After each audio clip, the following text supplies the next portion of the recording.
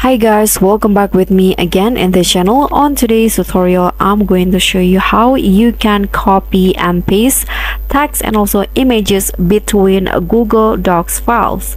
So in here, I've already opened a Google Docs files on my computer and I want to copy and paste the text and also images.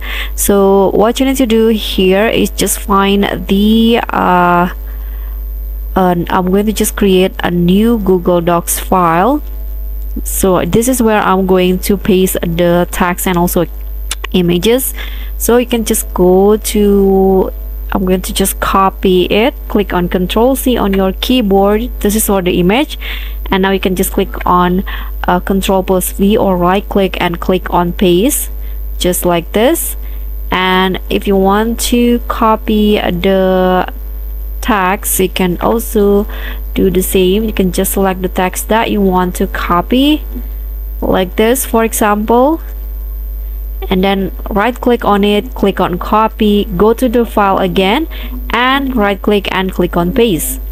And that's it. That's basically all. Thank you so much for watching. Don't forget to like, comment and subscribe. Also